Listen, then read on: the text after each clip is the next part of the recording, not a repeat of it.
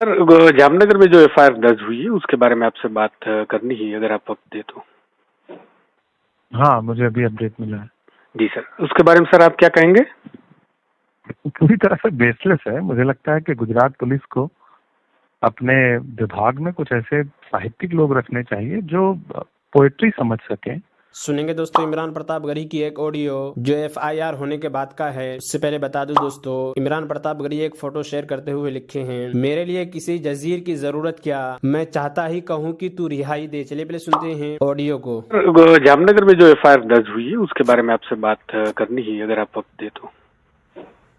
हाँ, मुझे अभी अपडेट मिला है। जी सर, उसके बारे में सर आप क्या कहेंगे? पूरी तरह से बेसलेस है। मुझे लगता है कि गुजरात पुलिस को अपने विभाग में कुछ ऐसे साहित्यिक लोग रखने चाहिए जो पोएट्री समझ सकें। और मतलब क्या उन्हें ट्रांसलेशन समझ में आता है? मतलब जिस कविता में उसके पीछे जो पहली बात तो वो सॉन्ग वहाँ पे प्ले नहीं हुआ था। अच्छा। मैं एक सामान्य कार्यक्रम में पहुंचा जिसमें बीजेपी के मेयर भी स्टेज पे मौजूद थे। वहाँ कोई सॉन्ग प्ले नहीं हुआ था, कोई सॉन्ग प्ले ही नहीं हो रहा था। वो सामान्य सामूहिक शादी का कार्यक्रम था। मैं शादी के कार्यक्रम में पहुंचा, वो विजुअल स्वागत का था, लोगों ने स्वागत किया था। बाद में टीम एडिट करके विजुअल्स लगाती है सोशल मीडिया पर, उसने एक पोएम लगाई। वो पोएम जो है, उस पोएम का जामनगर के कार्यक्रम से कोई संबंध नहीं है। पहली चीज तो ये जी, कोई मतलब ही नहीं है जी। और वो पोएम भी मतलब मुझे लगता है गुजरात पुलिस थोड़ा सा मतलब साहित्य, गुजरात में थोड़ा साहित्य, गृह मंत्री जी को थोड़ा साहित्य समझना चाहिए। समझाएं अपने विभाग को। It's totally baseless FIR. मुझे लग रहा है पुलिस ने उसको सुना भी नहीं होगा। जी, वो सुन लें तो खुद उनको शर्मिंदगी होगी कि उन्होंने एक से एक एफआईआर क्यों किया, बेसलेस एफआईआर क्यों किया। जी सर, आपसे दो बात और करनी थी। एक तो मुझे इसके अल्फाज के बारे में जानना था कि ये जो कविता है उसके अल्फाज के बारे में इनका जो मतलब जो कंप्लेनेंट है उनका कहना है कि इसमें ये राष्ट्रीय एकता को खत्म कर दे ऐसे अल्फाज है। बड़ी पुरानी पोएम है और उस पोएम में ये है कि खून के प्यासो बात सुनो दोस्तों, वीडियो को लाइक गर्व लाश हमारी खतरा है मसनत को तुम्हारी। मतलब तुम्हारी गद्दी को अगर हमारी लाश खतरा है तो हंसते हंसते अपनी लाशें दफना देंगे। मतलब या तो कविता में मतलब एक तरह से करुण रस होता है कि जब आप सत्ता से और एक तरह से गद्दी से ये कहते हैं कि भैया अगर आपको हमसे डर लगता हो तो हम खुद अपनी लाश दफनाने को तैयार। इसमें रहस्य को खतरा कहाँ से होती है? मुझे लगता है कि गुजरात पुलिस को ध्यान से उसे एक बार फिर से सुनना चाहिए। मतलब क्यों इस तरह की एफआईआर करके पुलिस अपनी जगहसाई कराती है? एक ट्रेंड बन गया है कि विपक्ष में जो भी है मौका ढूंढो, उसको कैसे हैरेस कर सकते हो, कैसे परेशान कर सकते हो। It's totally baseless.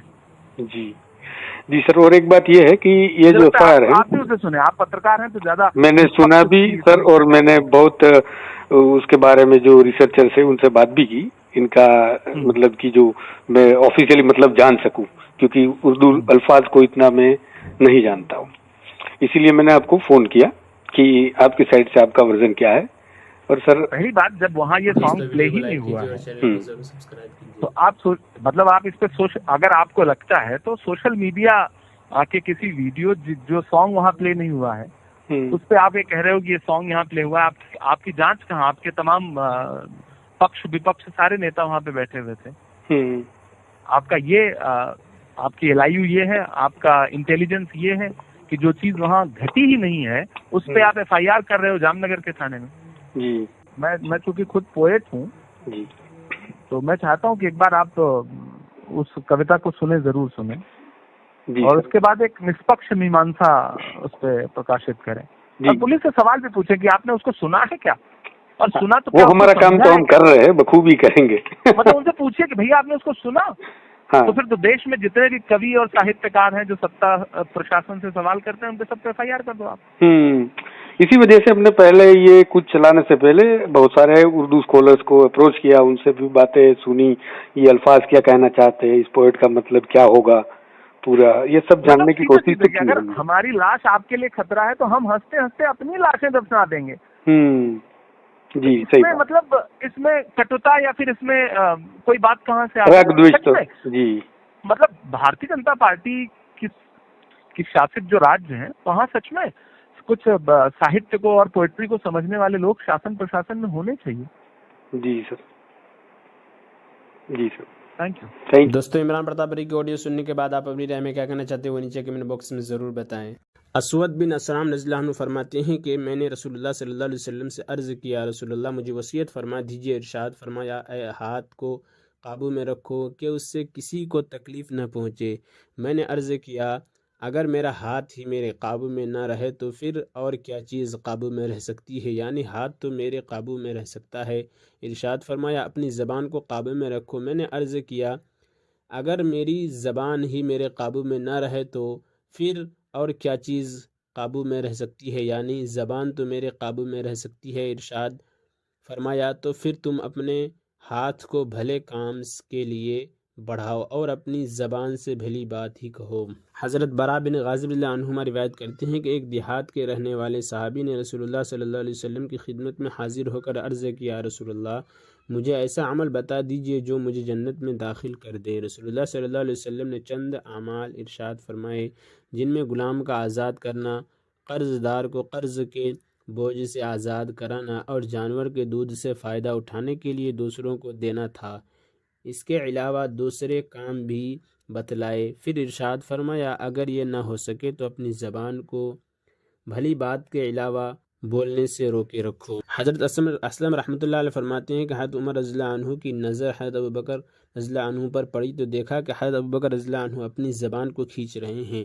हज़रत उमर रज़ियल्लाहु अन्हु ने पूछा, अल्लाह के रसूल के खलीफा, आप ये क्या कर रहे हैं? इरशाद फरमाया, यही ज़बान मुझे हलाकत की जगहों में ले आएगी। रसूलुल्लाह सल्लल्लाहु अलैहि वसल्लम ने इरशाद फरमाया था कि जिस्म का कोई हिस्सा ऐसा नहीं है जो ज़बान की बदगोई और तेज़ी की शिकायत न करता हो। हज़रत अम्मार रज़ियल्लाहु अन्हु रिवायत करते हैं कि रसूलुल्लाह सल्लल्लाहु अलैहि वसल्लम ने इरशाद फरमाया, दुनिया में जिस शख्स के दोज़ख हूँ यानी मुनाफिक की तरफ मुख्तलिफ़ लोगों से मुख्तलिफ़ किस्म की बातें करे तो क़यामत के दिन उसके मुँह में आग की 2 ज़बानें होंगी। हज़रत मुआज़ रज़ियल्लाहु अन्हु ने अर्ज़ किया, रसूलुल्लाह मुझे ऐसा अमल बता दीजिए जो मुझे जन्नत में दाखिल कर दे। आप सल्लल्लाहु अलैहि वसल्लम ने इरशाद फरमाया, अल्लाह ताला पर ईमान लाओ और भली बात कहो, तुम्हारे लिए अज्र लिखा जाएगा, और बुरी बात न कहो, तुम्हारे लिए गुनाह लिखा जाएगा।